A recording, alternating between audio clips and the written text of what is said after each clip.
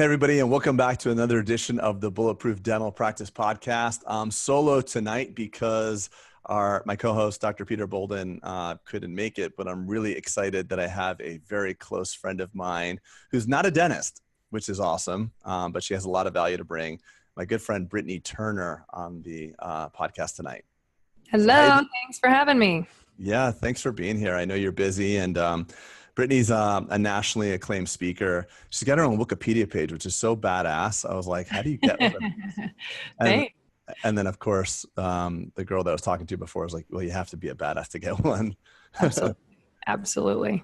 But Britnie's a serial entrepreneur, real estate investor, philanthropist, and a friend of mine who I had the pleasure and luxury of meeting her with Sir Richard Branson on Necker Island, the 1 week that we spent together 2 years ago. That was awesome. It was so fun. It's an incredible environment where entrepreneurs who want to change the world come together and spend a week in paradise brainstorming and dreaming and concocting amazing plans on how we can change the world together. Yeah, and to speak to that, I know that you're part of, or you founded BVI Stronger. Can you tell me a little bit about that? Yes. So I have loved and felt called to the BVI since 2014. I've been going down there and I explored buying property down there. So I spent a lot of early 2017 living in BVI part-time. And when the hurricanes hit, I was one of the first responders. It was actually another person that works with me on Aerial Produced, and my brother-in-law.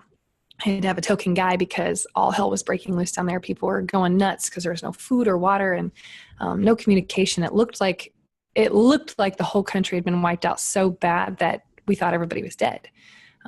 With only 20,000 people living there, the British military arrived with 5,000 body bags because it looked so bad. So we ended up being some of the first responders and snuck into the country to go look for my friends' bodies. Now, luckily, the hurricane hit during the day and only less than 10 people actually died. So it was not a high death rate, but it looked really rough. And I went down there, I saw that Richard was using all of his resources to really help the country during its darkest hour. And Larry Page was using his helicopter to drop remote islands, supplies. And so I looked at my life and said, what do I have that can be used as a force for good? And one of my companies, I have 5, is called Aerial Produced. And so we decided to help the country recover in its greatest economic pillars, which is tourism, by saying, here's where the country is getting back on track and how you can get involved in the recovery. So that's what BVI Stronger is how can you use the most devastating thing that's ever happened to you in your life and use it for your good? How can you be stronger on the other side? Because their tagline used to be BVI Strong, now it's Stronger. So.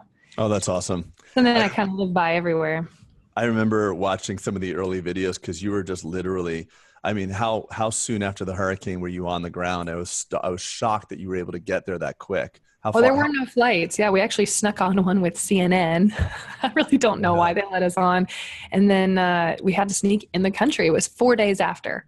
Yeah, I remember you walking through. It's still raining. The weather hadn't really moved out, and I remember you like wading through like knee deep water, and I was actually really nervous for you. I was like, what are you doing out there? But looking back, you definitely should have been. We were way braver than we probably should have been at the time. Yeah. So that's so cool. And I know that you have a special relationship with Richard.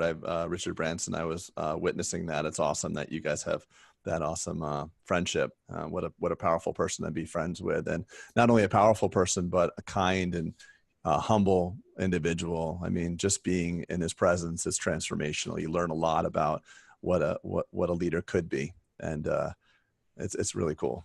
Exactly what you just said. Being in his presence is transformational. And I put it out there into the world, like just talking to my friends and family, that he's the only famous person I ever wanted to meet. And I was like, someday I'm going to be friends with him because I started my business I wanted to be a missionary in Africa. And I started my business so that I could have my own money and nobody could tell me what to do. And I could help as many people as I wanted to without having to have those sponsorship checks. And so, anyway, when I heard of this incredible billionaire that was using all of his businesses to change the world in some way and really helping people, I was just so motivated that there was somebody out there that would do something like that versus just be this corporate stuffy, I thought that the future of business was cold, corporate, and stuffy, and I didn't like that. And so I kept honestly self-sabotaging as I grew until I found somebody that was using everything in their life for good. And so I'm grateful to know him. I'm grateful that he's seen my heart and that we can join forces to do a lot of good in the world. But exactly what you were saying, it's so important who you hang out with. It's so big. Doesn't matter if you're a dentist or a garbage guy. If you're an entrepreneur, especially, this is hard. And most people don't understand. And you have to put in sacrifice. The whole world's telling you to have some balanced lifestyle when truly, if your business is the expression of your heart, you got to look at it as a creative flow versus something you have to cut off, Yeah. There's a matter of presence, being present in the moment, especially with your family, but also not having a grudge towards what you do. And he taught me that business is a creative expression of who you are. And it's the way that you can live your values and your impact is through the way you design your business. And so that's, to me, what business is. It's not like I show up and I leave and there's paperwork, blah, blah, blah. It's how can I change the world and use my business to do it? Well, you're also talking about a calling.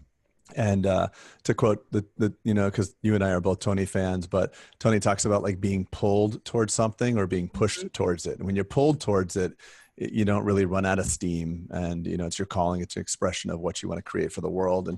And just to bring it back to Richard, after that week, I was pretty sure that if he had lost everything, I mean, he did lose everything. He lost his home, his island was decimated, but I could tell, when we were on, I don't remember that island where we were having milkshakes or whatever. Yeah. Spodak. Yeah. So I watched him talking to like this old, sailor, and the guy looked like he was homeless. Basically, he was just wearing a bathing suit and his son was so beat down. He looked like he had leather for skin, and Richard and him are just talking.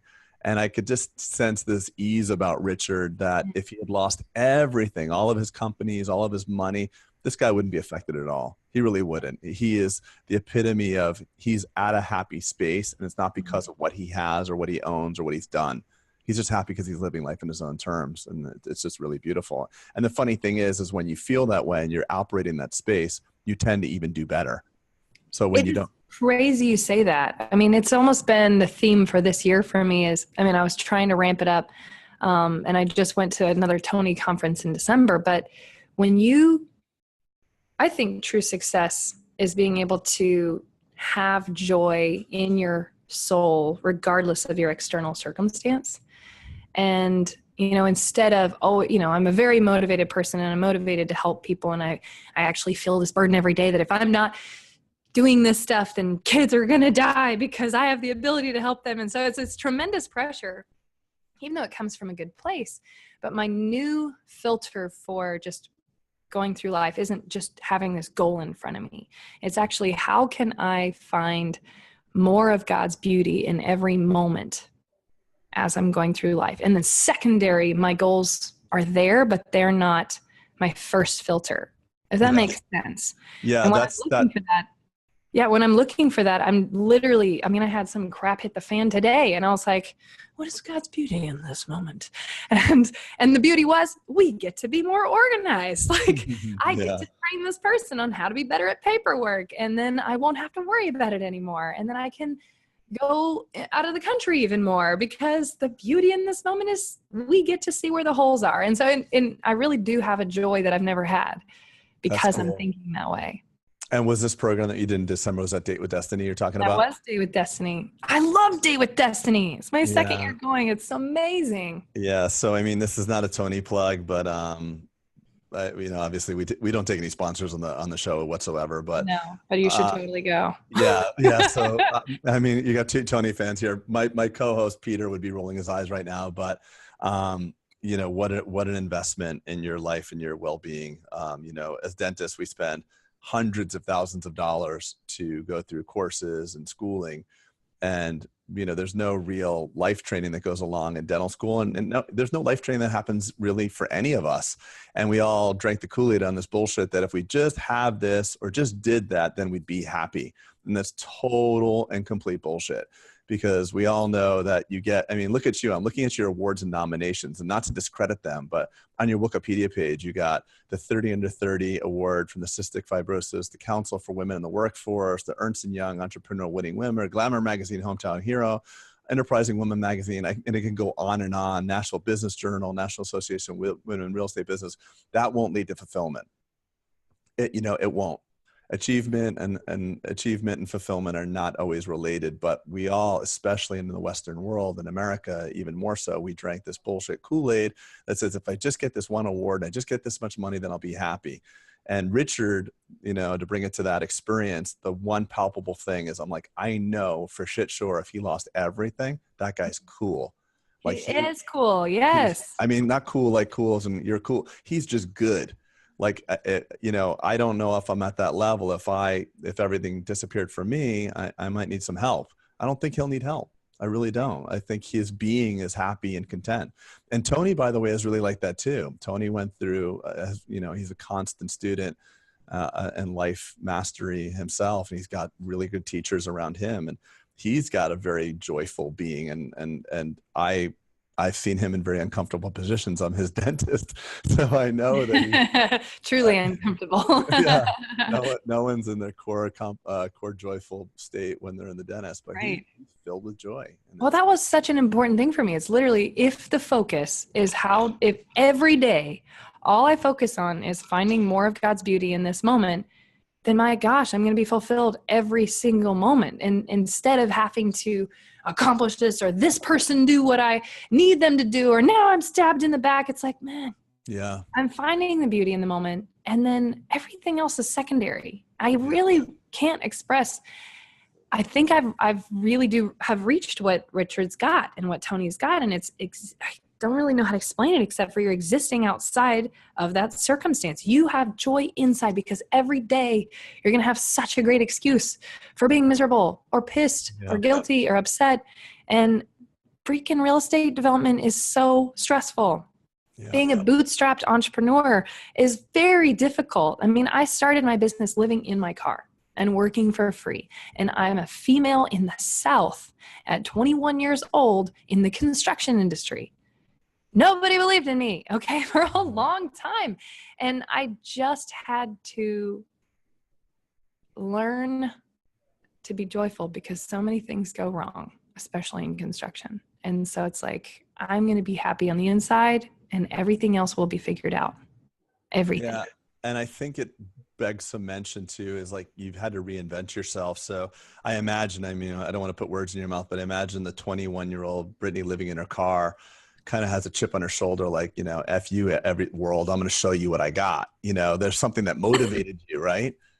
I actually do want to speak to that because that is what motivates most people.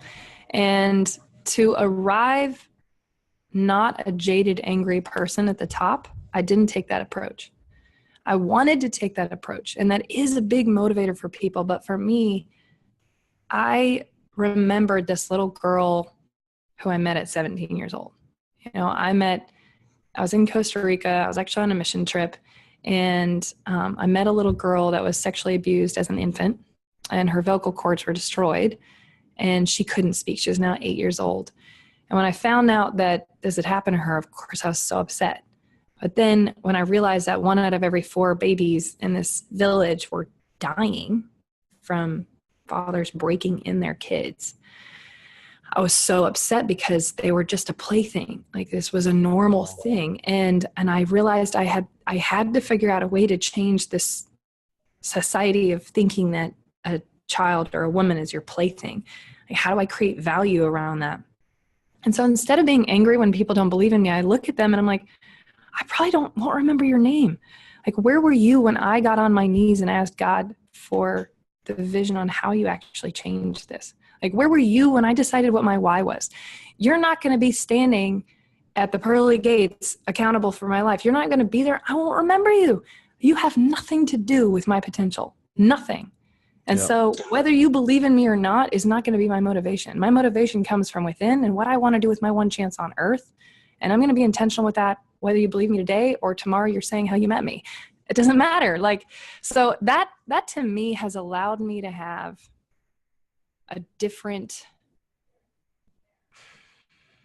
I don't have bitterness inside, you know, and I don't That's operate awesome. off that anger. I really don't. And I see a lot of entrepreneurs, they're very motivated, but they're so angry. So I want to encourage you to figure out your why on your own, and then realize that people come in and out of your life, and Yeah. people don't believe you because you're trying to do something that hasn't been done or that they can't do. And I think there's bears some mention too, while you're talking, that was beautiful. And I kept thinking of this quote, if you live by people's praise, you'll die by their criticism. And I had a personal conversation It's good. recently with somebody, and he's a very influential person. And he says, you're just a symbol. People are symbols. And some people get very angry at symbols. Symbols enrage people. Like the swastika could enrage people, and people love symbols like the cross or like equality or whatever. And it's not for you to take anything personally, your praise or your criticism. It's not about you. It's about what you represent to them. And you Mm. represent to some people something very different. And I want to talk about in the age of Instagram, everybody's an entrepreneur now. I mean, not to quote Mm. Gary Vee, but the Yeah. entrepreneurs. Yeah, And the entrepreneurs. I like that. but also in dentistry, it's pervasive as well, because like people are posting, these patients and that this is what they get to do. And there's this large case. It would be the equivalent of you like bragging about like, just closed, $50 million project today. It's not really serving anybody but your own ego. Mhm. And a lot of people are feeling inadequate. And even though they're successful and they're living life by their own design, there is this understanding that I have to live Dr. So-and-so's life. Like I'll be, or, you've only made it when you can, have 100,000 followers and have this and that. And so people are looking for like, what am I supposed to do? And my message to people is always follow your dream. And there's no right and wrong when it's your dream, as long as it makes you happy and it leads you to fulfillment. There's a lot of millionaires and there's billionaires that off themselves because they're miserable. So Right. you have to do what Absolutely. makes you happy. And there's just a lot of pressure, I think, more than ever, especially with social media, that you could feel like a failure even if you're successful on your own terms. Oh my gosh. So easy to feel like a failure because it's what is the specific image that you say is success? I mean, I truly have felt like a failure every day for 12 years. No matter if I won sixth fastest growing woman owned company in the world by Forbes magazine and Fortune #3 in the US, who cares? I felt like a failure because I had a very specific image of what I wanted my life to look like. And if I wasn't fitting that blueprint, Yeah, the I was blueprint. unhappy. I know. And so to be honest with you, like I'm not above it. Everybody needs to work on their own brain. Tony Robbins is great. He doesn't even know I exist. But when you got to take the time to figure out what matters. And I teach classes actually now. I do this for my family. I do it for anybody that I love. We're going to sit down and write our eulogy, because writing your eulogy is the greatest filter to know what is the most important thing. Because at the end of your life, maybe learning Spanish wasn't the most important thing. So stop feeling like a failure. You didn't learn it. What did matter? And that is the greatest filter. So from there, we then back into what do I need to focus on today to make those statements true? Somebody made me do this when I was 18 years old. And that is why I'm on the path I am right now. I realized at 18, I wasn't doing anything to make those statements true. And so I was like, I got to get my crap together, because you don't know when you're going to die. And so knowing you have one chance in life, being intentional, realizing what matters, and focusing on that every day allows you to have a joy that makes life worth living. Yeah. And it's a daily practice too. I mean, I know we know each other well, and we shared our own personal stories of trials and tribulations, and it isn't easy. I mean, for a while I was like, I wanted to get in like significantly better physical condition. I'd always meet these really, physically fit women and men. I know you're really into fitness and you're physically fit, but I would always ask them like, Hey buddy, or, how often do you work out? Hoping that they'd tell me like it's once a week, but they like drink celery juice and that shit's easy. Yeah. And it's always like, well, why do you ask? I'm like, I was just curious, like 7 or 8 days a week, or, 7 or 8 times a week or whatever. I'm like, damn it. There's no secret. You actually have to put the work in. And it's the same thing with your Yeah. life training. I mean, the mind is a really bad place. It will always find what's going wrong. Left Right. unchecked, your Yes. default as a human being is to get miserable and find everything going wrong in your life, because it Mm-hmm. keeps you alive. So, I recognize that all the greats have daily practices or, massive activities that they do to keep themselves positive. It's keeping yourself awake. It's keeping yourself positive, keeping yourself aware of what matters. Because I think the fastest way to get knocked out of the game is to fall asleep. And that's by being too tired or too insecure to figure out what it is that you need to do to actually live up to your potential. And for me, I actually dummy proofed it for myself. So I'm not above, I have a freaking vision board because life is hard. And if I don't keep what's important in front of me, I will forget. Because especially when you're running 5 companies and a nonprofit and you're in and out of the country, like doing relief work every month, it's so easy to get distracted. And so, with the fires, it's so easy as an entrepreneur to get distracted with the fires. And then all you do is fires. And I was like, I don't want to do this anymore. And so I'm outsourcing to my staff all the fun stuff and I'm just dealing with the fires. So for me, this is one of the best things I think I've done. I wrote out, what does the best Britnie look like on a daily basis? Like, who is she? What does she act like? What are the 5 things that I have to engage in to be that Britnie? And then what are the 5 things that if I engage in them, I get knocked out of the game? So for example, number 1 for me is insecurity. Everybody deals with it. Maybe I deal with it more than anybody else, but if I continue to engage in that, and if I let that feeling drive me, I wouldn't be doing this podcast right now, because I wouldn't feel like I'm good enough to do this talk because everything's not perfect in my life, or I'm not blah, blah, blah. And I think women really deal with this a lot. So number 1, I'm aware, hey, insecurity is the number 1 attack on my life. So I'm just not going to give into that. I literally have it up in front of my board every day. And, number 2 or 3 is like eating bad and not working out.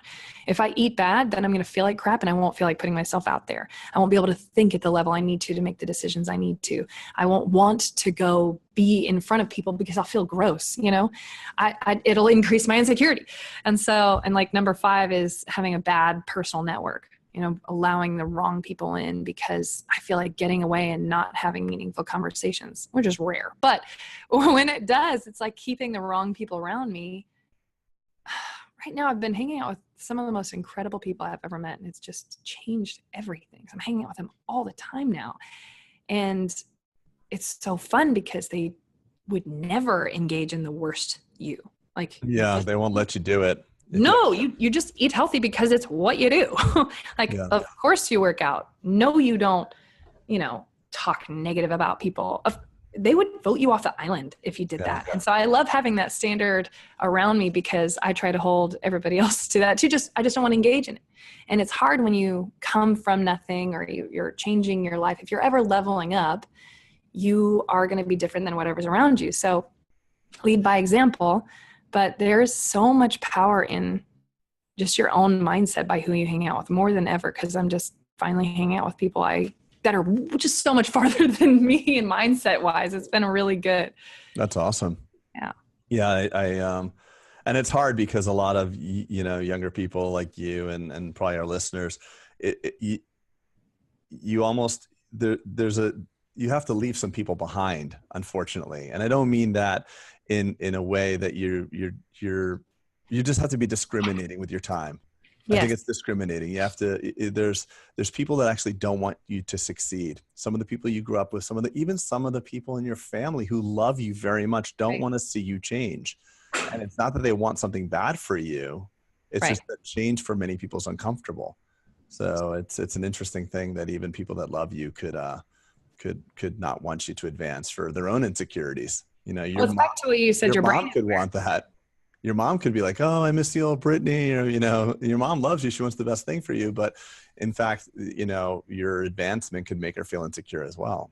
Right, and a lot of it is just the unknown, and it goes back to the way your brain is wired, like you said. So, and I actually recently gave this advice and I thought it was really good because people were like, I don't have access to hanging out with those high level people. Guess what? Neither did I. So if you can't hang out with them, follow them. If you're going to be on Instagram, follow somebody inspiring, get motivated, do the quotes, figure out who do you want to be like and how do you follow their life so that you can model what you should apply. Now, just because you're following somebody and you like parts of them doesn't mean you apply everything.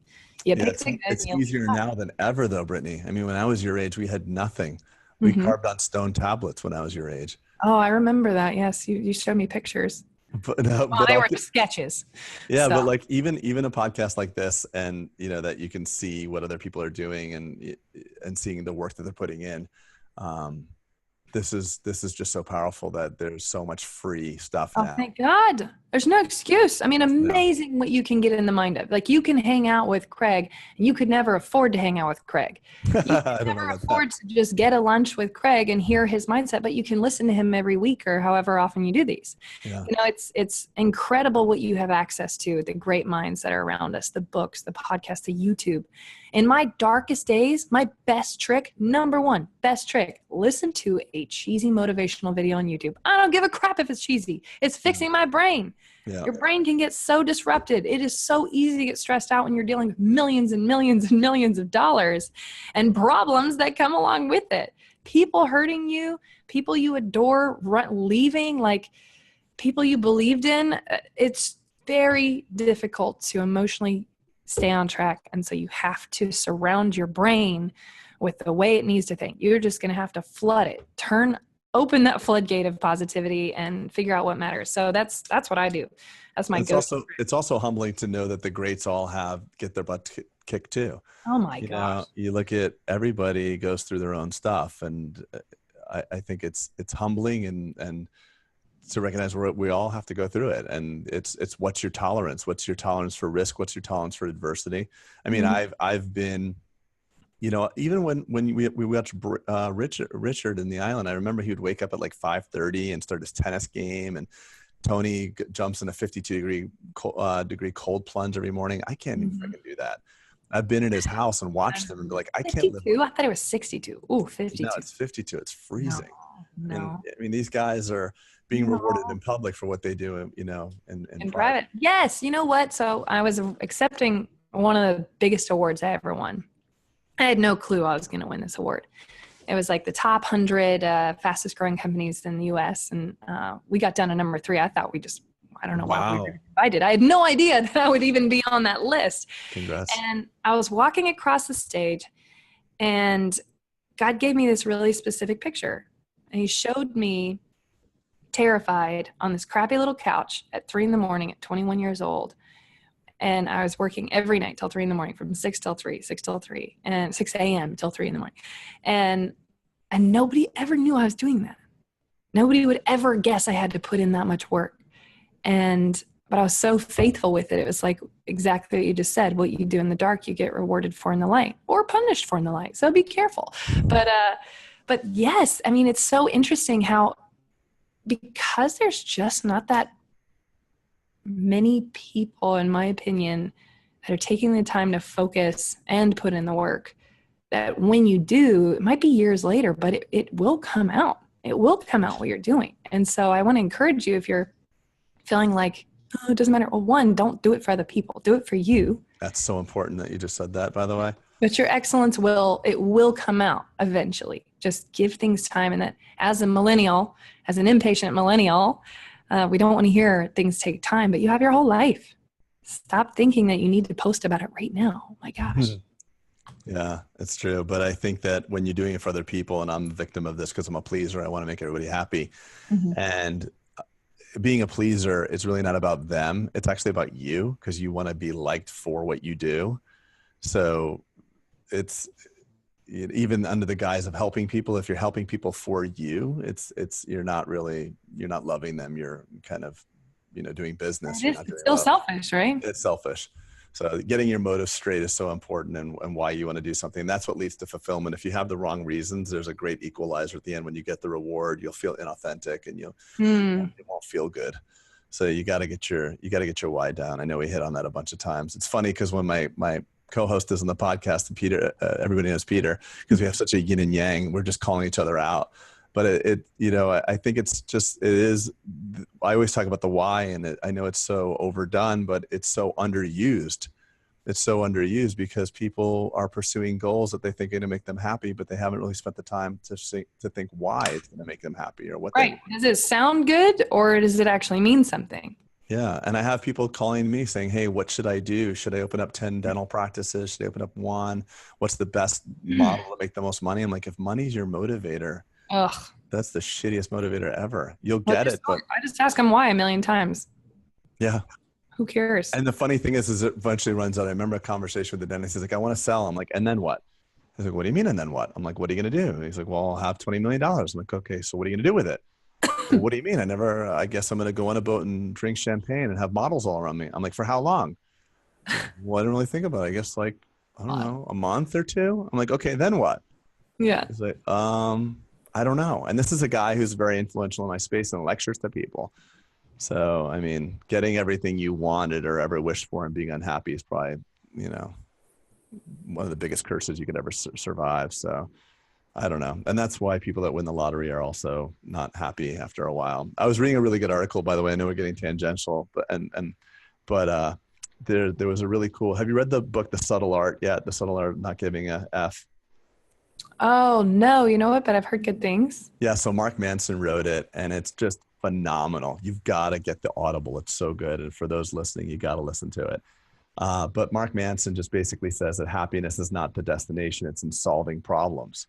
So you procure problems in order to be happy. But he also did some research and he says that people tend to always be at a 7 from 1 to 10 on the happiness scale, 10 being the most happy, 1 being miserable. And no matter what, you hit the lottery, you go to a 9 or a 10, and then you settle back down to a 7. And then someone dies, you go to a 2 or a 1, and then you come back to a 7.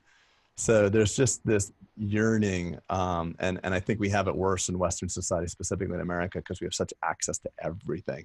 Mm-hmm. You know, when you go down to the places that you visit in Costa Rica and you spend time with orphans and they're smiling and they're dirty and they're happy and they have a stick to play with, and our kids and our friends have, you know, 5 cars and toys everywhere and they're miserable. There's something to learn there, and Right. there's something to learn that it's not just the stuff that makes you happy. So when people look at you as a successful entrepreneur and with all the 5 different companies, they want to be just like you because they think that's going to make you happy. Or they look at me and they say, I want to practice just like yours. And don't hijack someone else's dream. Do it what makes you happy, and do it for your own reasons. And Yeah, because everybody's called to do something different. And I don't know if anybody really knew what it takes. I don't know of anybody that would want to switch places with me. This is freaking hard, but I can do it because it always goes back to what I really want to do. And if it didn't, there's no freaking way I'd do this. If this was about money, I can live less. I can live with less. But in my life, everything has to point to helping people and getting to that end goal of, I want to develop nations. That's what I want to do. I want to wipe out poverty at its root. I want to end human trafficking, at least in the way that parents have to sell their kids because they have no other opportunity. And how do you develop nations? How do you do this stuff? It's by, how do you end poverty? It's by creating jobs in hopeless places, getting that kind of attraction. For me, I've seen how real estate development can do that if done strategically. And I've seen how media and production can change the image online of an area and give people the excitement of understanding there's a vision for this place. Without a vision, the people perish. And so how can we say there is a reason you should believe in this area? And so that's why I have those 2 companies. And for me, everything I do is just practice to get there.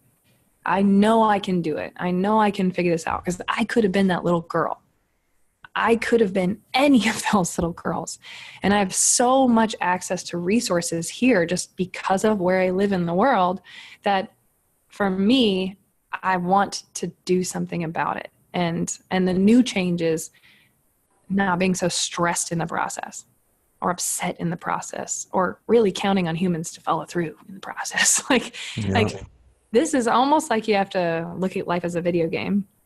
And you get to play this game, and so don't stress out about it because whatever it is, you'll figure it out and you'll get through it. And the biggest time that it matters the most is when you so care about human affirmation. And you kind of have to care, especially when you have investors, and you kind of have to care when you're a leader and you're the one having to tell people the plan, and the plan changes all the time. So that's when I found it to be specifically difficult. But I'm also pretty transparent. Like, I don't know, but I can tell you we're going to figure it out. And the plan changed, but we're still going to figure it out.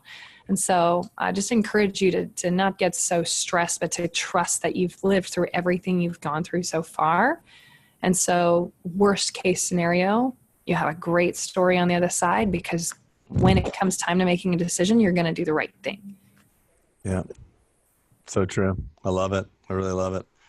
Well, I mean, if anybody can do all that you just said, I believe it's you. And to have accomplished what you've accomplished by 30, it's just mind-boggling. So kudos to you. And And also just for doing all that work. Cause I know, at times we lose hope and we lose our North Star and our why of why we're doing things. And you've persisted through so many iterations of development of yourself. And I've been a witness to a lot of it. It's really cool to consider you my friend and to watch you. Any way we can help, this audience can help. I know we can get in touch with you via BritnieTurner.com. We're going to put you in the show notes. But what specifically can my crew do? Because, these are a bunch of dentists, and dental care is one of the biggest reasons why kids don't miss school and go to the hospital, untreated dental disease and stuff like that. Is there anything that you can think of that we could do together? You know what we've done? So I'm actually not super pro nonprofit. I try to solve social issues through business, because I just don't like asking for money. But and I like to say that business can be the greatest force for change there is. But that being said, I have a new nonprofit, but it's more like a club. And so it's called Ariel Global Community, and it's a community of people who are dreamers, donors, and doers that come together to solve world issues. And so maybe it's a trip to Africa and we're like, we need dentists. And, or it's, we're bringing solar to the BVI. And so basically we have different initiatives every year, and they're in different countries, and people who join the community can find their passion and basically either pick trips or ways to get involved in different things. And so the biggest way you can help it, or if you want to get involved, is join the community. And we're just going to put out there what the opportunities are to get involved in different things. And then we as a group who want to see things sustainably getting done and give hand up, not hand out opportunities to people, can come together and get that done. So that's the fun new way that I'm collaborating with people who have amazing hearts. And how do we find that? Just so I can put it in the show notes. Is there a website for that? Yeah, there's a website, Ariel Global Community. Yeah, you can just literally sign up and say how you want to be involved. Cool. Yeah, so I have it's arielglobalcommunity.org. Perfect. Okay, we'll get it. Awesome. I love it. Well, really appreciate your time today. I think that was really valuable. A lot of the listeners are more closer to your generation than mine, and I think it just goes to show that there's no overnight success, even though you are an overnight success. It takes 20 years sometimes to become an overnight success. I put in my 20 years of what normally would take people 20 years. I just did 18 to 21 hours a day for the first 7 years. So if you actually look at hours in, that's how I got my 20 years in a shorter period of time. So I just encourage you all, focus, find those people you want to be like, listen to them, follow Craig. He's incredible. He's incredible when he's off the podcast. He's incredible when it's just one-on-one conversations. And he taught me the Tony Robbins cry. Oh, someone was just talking to me about that. I don't know. Yeah. Oh my gosh. It's so good. Can we say what it is really quick? Yeah. I forgot. This is like 2 years ago, right? We talked about this. You forgot it? Oh, do I need to say what it is? I've taught every woman in my life this cry. It's so good. Okay. I didn't know. I didn't teach it. I just pointed it out, right? Go ahead. It was amazing. No. Okay. So basically Craig watched me speak and I fell apart. Oh, that's right. Right. Yes. I was like crying and I was like, and I was just a slobbery mess. Like most people are, a very ugly crier. And then he goes, here's the deal. Your story was powerful. You got to learn the Tony Robbins cry. I was like, all right, what's that? And so he goes, when you cry, you stand there and you let those tears roll down your face and you don't wipe them away. And I was like, by God, you're right. So I've been practicing for 2 years, the Tony Robbins cry, and it doesn't work with snot. You should wipe that away. Yeah. Not the tears. Because when you're talking, you project the snot. Just try to keep that snot back. But let the tears roll, people, and wear waterproof mascara, ladies. Yeah, there's a great saying, by the way. I'm so happy you mentioned that. I do remember that you were telling that you just stand up straight or put your shoulders back and let it cry, let it flow. I heard someone say that water coming from your eyes is one of the only places where water can come out of your body and have it be appropriate in a public space.